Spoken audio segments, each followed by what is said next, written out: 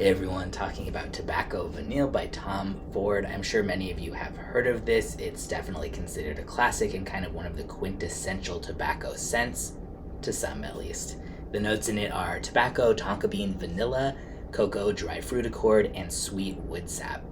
If you like tobacco as a note, this does it well. And I don't mean like if you can tolerate it or like, oh yeah, if you're okay with sometimes, if you really have to kind of outright like it, in my opinion, for this one.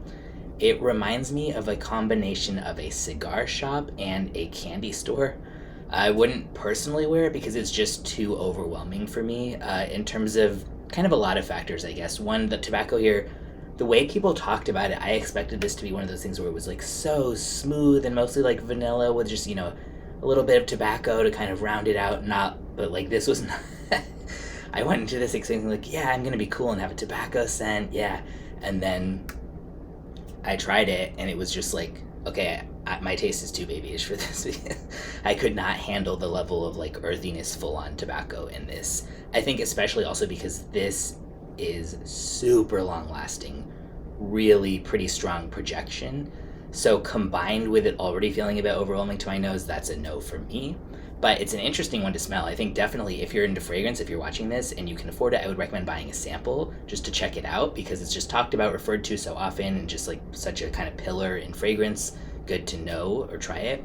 And it does smell well made and high quality for sure. This is only a matter of my taste not being about that tobacco life, I guess. But yeah, like I said, super long lasting, pretty great projection. This is unisex, leaning slightly masculine.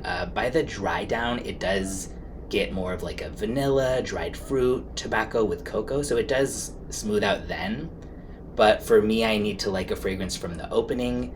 But a lot of people don't. Some people are fine with like, oh, I don't really like the opening, but just wait, give it 30 minutes and it'll be great. So if you're like that also and you don't really like tobacco, maybe this would work out better for you. But yeah, this goes for $390 for 100 mil. This may sound contradictory, but I don't think that's totally unfair, even though I don't like it because it really is so high quality, well blended, and if you like strong tobacco, this is definitely, I think, going to be one of the best kind of classiest ones that you can get. So your mileage may vary, but that's my take on it.